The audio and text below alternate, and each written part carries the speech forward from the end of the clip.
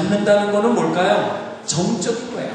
머리로만 내가 이해하면 안 돼. 가슴으로 뜨겁게 내가 이거를 이제 받은 감동을 행동으로 옮겨야 돼. 내가 마음의 감동을 갖고 정적으로 어떻게 반응을 해야 돼. 반응. 따끔하게 충고를 받을 때는 잘못했습니다. 그랬을 때 이게 정적으로 반응이 나오는 거 아닙니까? 칭찬받을 때 감사합니다. 이게 정적으로 반응이 나오는 거예요. 바로 받는다는 것은 정적인 반응이죠. 세 번째는 뭐예요? 듣는다는 건 의지적인 반응이에요. 의지적. 다 듣는 게 아니죠. 들을 귀가 있어야 듣고 내 마음이 그거를 듣게끔 열어줘야 듣는데 그건 내 노력이 필요해. 내가 이걸 꼭 듣고 잊어버리지 않겠다는 내 의지가 필요한 거예요. 그래서 인격의 3요소 하면은 뭐예요? 지정의. 창세기 1장 26절부터 28절에 보면 하나님께서 인간을 창조하실 때 우리의 형상대로 우리의 모양대로 창조했다고 그랬어요. 거기에 형상 모양이라는 것은 바로 우리의 인격 성품을 말하는데 그 안에는 지정의가 포함되는 거예요. 어떤 분은 머리로는 잘 해석하는데 감정이 없어. 어떤 분은 얘기만 들으면 눈물도 흘리고 반응은 있는데 머리에 남는 게 없어. 응? 또 눈물도 잘 흘리고 이해는 잘하는데 행동이 없어. 의지적인 행동이 없어. 이것도 문제야. 그러니까 지정의 이 세 가지가 같이 반응을 하고 움직여줄 때 인격적인 변화가 있는 것이고 인격적으로 온전하게 전인격적으로 반응을 한다는 사실을 우리가 알아야 돼요. 본다는 것은 뭐예요? 본다는 것은 체험적인 것을 얘기하는 거예요. 체험적인 것. 우리 어르신들이 가보지 않은 곳 이야기를 배우고 듣고 큰 마음으로 감동도 해보는데 보지를 못했어. 그러면 어때요? 항상 어딘가 부족함이 있는 것을 우리는 느끼게 되지 않습니까? 내가 아무리 많이 배우고 내 가슴으로 느끼고 아무리 많이 들었어도요, 체험이 안 따라가면 열매를 얻기가 참 어렵습니다. 참 어려워요. 우리 어르신들이 예를 들어서 사과를 여기에 본 분이 한 분도 없다고 가정합시다. 사과를 본 분이 한 분도 없는데 제가 와가지고 이렇게 동그랗게 주먹 빡같이 생긴 게 하나 있는데 그거를 어떻게 먹으니까 시큼달큼하기도 한데 그렇게 좋고 거기서 뭐 바이타민이 나오는데 건강에도 좋고 혈액순환 잘 되고 아침에 먹으면 음식 소화 기능이 발달돼가지고 소화를 쭉 시켜줘서 배변도 잘 되고 또 점심 먹는데 지장이 없고 그렇다는데 이거를 사과라고 합니다 하고 제가 얘기를 했어요. 근데 우리 어르신들이 듣고 보니까 먹고 싶기도 하고 보고 싶기도 하고 그런데 내가 만져보지 않고 먹지 않아서 아직까지 그게 뭐예요? 체험이 없어. 그러니까 어딘가 2%가 부족해 하세요. 근데 본다는 거는 뭐예요? 내가 그거를 딱 만져서 먹어보고 그게 그거였구나. 이거를 내가 실질적으로 체험하는 거죠. 이것이 따라오지 않으면은 행함의 열매가 없어요. 우리가 아무리 6가지의 덕목을 듣고 배운들 뭐합니까? 내가 체험적으로 옮기지 않으면 열매는 없는 것입니다. 그래서 제가 초등학교부터 이런 역사에 대한 데 관심이 많아서 학교에서 공부하고 할 때 막 역사책을 딸딸 외우고 역사책 중간중간에 나오는 사진을 수십 번 쳐다봐서 구멍이 날 정도로 뚫어지게 쳐다보고 이러면서 했는데 그거 보면 뭐냐고 로마가 어떻고 무슨 에스파냐가 어떻고 책으로 맨날 듣고 읽고 사진을 본들 이거는 남의 얘기지 내 얘기가 아닌 것 같더라고요. 시험 볼 때 정답 쓰는 용이지 그래 내 생활에 이게 무슨 필요하냐 이거예요. 이 체험이 안 되니까 별로 의미가 없는 거예요 이게. 달걀을 봤으면 내가 한번 먹어보고 만져봐야 되는 거 아니에요? 듣고 그냥 배우기만 하니까 이게 아무 의미가 없어요.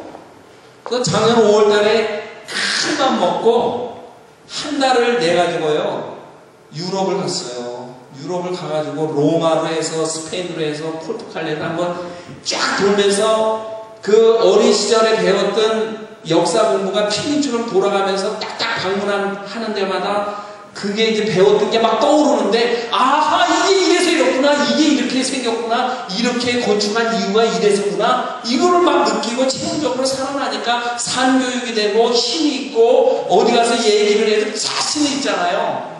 콜로세움을 맨날 화면으로 사진으로 보다가 가서 보고 만지고 오니까 이게 뭔가 달라지고 그 털을 직접 눈으로 확인하고 디뎌보니까 아 이래서 이게 이렇구나라는 걸 깨달으니까 사람의 사고방식과 가치관이 바뀌잖아요. 체험이라는 게 이렇게 무서운 거예요. 그래서 우리는 모든 걸 배우고 들었으면 체험적으로 실행을 하고 느낄 때 그 열매가 무성하게 자라납니다. 그죠?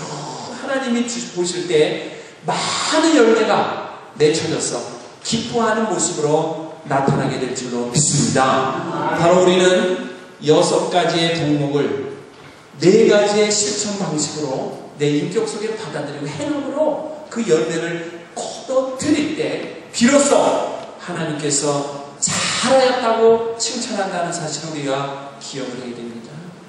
그래서 우리는 정인격적인 삶의 변화를 통해서 행함의 열매를 맺도록 노력할 때 하나님은 나와 함께 하여 주시고 그리하면 평강의 하나님이 너희와 함께 하시리라고 하는 놀라운 축복의 선물을 약속하시는 줄로 믿습니다. 우리 어르신들 그런 경험을 했을 거예요. 자녀들이 야속할 때 있죠? 자녀들 키우다 보면 야속할 때 있어. 어떤 때 야속해요? 자기가 혼자 다 큰 거 그냥 부모님의 은덕을 싹 잊어버리고 막 불평하고 부모님에게 섭섭하게 하고 부모님을 홀대할 때 굉장히 서운하시죠? 야속하고 이놈이 진짜 내 자식이요. 내 배를 낳았으니까 그냥 잡고 있지 벌써 내가 버려도 몇 번 버렸어. 이런 얘기를 몇 번씩 반복하는 경우들이 많이 생깁니다. 왜? 자녀들이 철이 안 들어가지고 그럴 때가 있잖아요. 근데 정말 복이 뭐예요? 이 자녀들이 철이 드는 순간에 부모님이 나와 함께 있고 형제들이 가족이 나와 함께 있다는 사실이 얼마나 큰 축복인가를 깨닫게 됩니다. 이건 합니다. 그래서 어느 목사님이 굉장히 바쁘게 지내다가 해외여행을 갔어요. 여행이라기보다는 해외 집회를 가서 복음을 막 전하고 이제 일주일 후에 귀가를 해야 되는데 아들이 초등학교 다니는 아들이 여기 문자 메시지를 보냈는데 아빠가 돌아오는 날이 내 생일인 거 아시죠? 생일 선물 꼭 가져오시는데 독일에서 그 독일 병정 인형 하나 꼭 싸가지고 오세요. 이게 제 바라는 생일 선물이에요. 그게 아버지가 메모를 해놨습니다. 근데 너무 바빠가지고 선물을 못 사고 귀갓길에 오른 거예요. 근데 뒤늦게 마음이 걸려서 이 아들 녀석 선물 생각이 나니까 이제 공항에 그 면세점에 들어가서 혹시 그 선물이 있는지 찾아봐도 독일 병정 인형이 없어. 살 수가 없어. 독일의 그 공항 안에서 이제 출국하기 전에 막 찾아봐도 없어서 할 수 없이 그냥 비행기를 타고 이제 왔죠.